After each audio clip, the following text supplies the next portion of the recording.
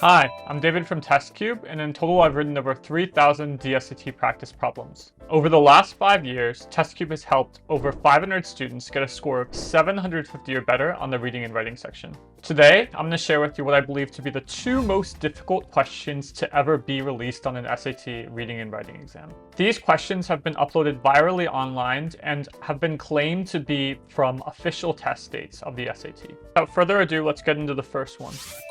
Alright, so let's get into this. So we can see that the question is asking which finding, if true, would most directly support the hypothesis presented in the text. And so, with support questions like this, we want to first underline the hypothesis. This will give us a good idea of the evidence we need to provide for the assertion. Okay, so the passage argues that this P antipodarum could serve as a valuable proxy for X laevis in nanoparticle bioaccumulation testing, eliminating or obviating the need for intrusive sampling of vertebrates. So what would most support the idea that this P antipodarum is a suitable stand-in for X larvis? Okay, so to be a valuable proxy, 2 things essentially matter according to the hypothesis. So 1, bioaccumulation to be comparable between P antipodarum and X laevis, so the data are meaningful. And then number 2, the testing process should be more efficient or less harmful when using P antipodarum. This number 2 is incredibly important in reassessing the answer choices. So, let's look at A first. So A says, compared with X laevis, P antipodarum can tolerate significantly higher CuONP concentrations without displaying any negative effects. Okay, so why would this be wrong? It suggests that P antipodarum reacts less sensitively, which might actually make it a worse proxy, not better. If they don't show effects when X laevis would, the data would be misleading. And then let's look at B. It is easier to detect low and harmless concentrations of CuONPs in P antipodarum than it is to detect high and harmful concentrations of CuONPs in X laevis. So this would be right. And why would it be right? Because it supports the idea that P antipodarum could be a more sensitive, efficient, and ethical testing tool, making it a better proxy overall. So this aligns directly with the motivation to replace costly and intrusive sampling of X laevis. Now let's look at C. Why would C be wrong? C says CuONP concentrations in P antipodarum tend to vary more from individual to individual than do CuON concentrations in X laevis when the species are exposed to similar levels of CuONPs. So this would be the opposite of what we're looking for, right? Because more variability would make P antipodarum less reliable as a proxy, not supportive. Finally, let's look at D. In comparable environments, P antipodarum and X laevis display comparable rates of CuONP uptake. So this is a very tempting choice, and a lot of students tend to pick it.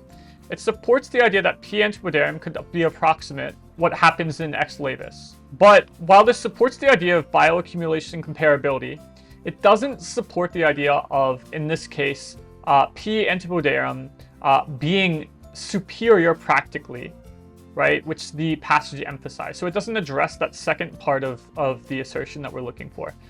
And so ultimately, what can we conclude?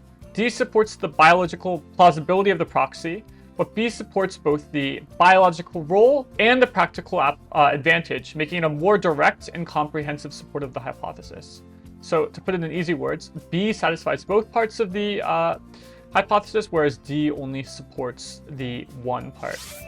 Okay, so now let's move on to the second question here. And so go ahead and pause real quick to read over text 1 and text 2. Okay, so now let's look at the question. So the question reads, based on the text, the author of text 1 and the author of text 2 would most likely give the same answer to which question? So of paired passage questions, this tends to be the most difficult kind of question because trying to find a difference is actually easier than trying to find a similarity between the passages. So let's look at what the actual texts are saying. So text 1 is basically saying, Meng and colleagues used barriers to exclude other pathways, including root to root. And this is praised. He and colleagues, however, didn't, which is basically a key flaw of their experimental design. And so text 1 supports Meng's method as superior and claims it excludes other nutrient pathways. And then what does text 2 say? So text 2 is basically saying that, yes, Meng tried to exclude root-to-root transfer, but even Meng's barriers might have let liquids through, and liquids can carry nutrients. So their setup can't definitively prove that CMN was the only pathway. Okay, so now that we have this information, let's go through the wrong answers first. So starting with choice B.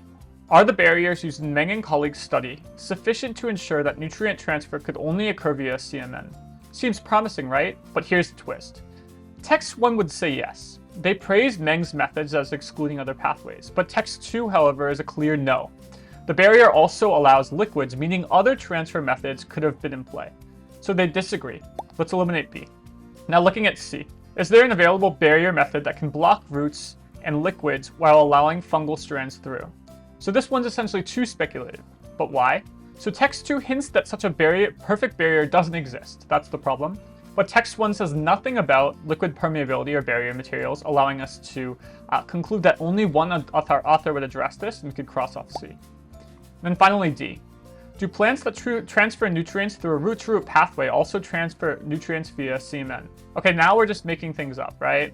So neither text talks about plants using both pathways at once. They're concerned about isolating pathways, not comparing usage between the two paths. And so there's no shared answer here, and so we can rule out D. And so now the unexpected winner, choice A. And so most students would never pick this answer. Why? Because the question is asking, did he and colleagues' study effectively exclude any nutrient pathway other than a CMN? So this might seem like it's only about text 1, which clearly says, he and colleagues did not take the crucial step to exclude other pathways. But here's the kicker. Even text 2, though it never mentions he, says even Meng didn't fully exclude other transfer methods. So if Meng's methods were incomplete, then we can conclude or imply that he's were definitely incomplete. And so both would say no if they were likely addressed with the same question. He's study did not effectively exclude other pathways. And just like that, the most overlooked specific question turns out to be the one both authors agree on.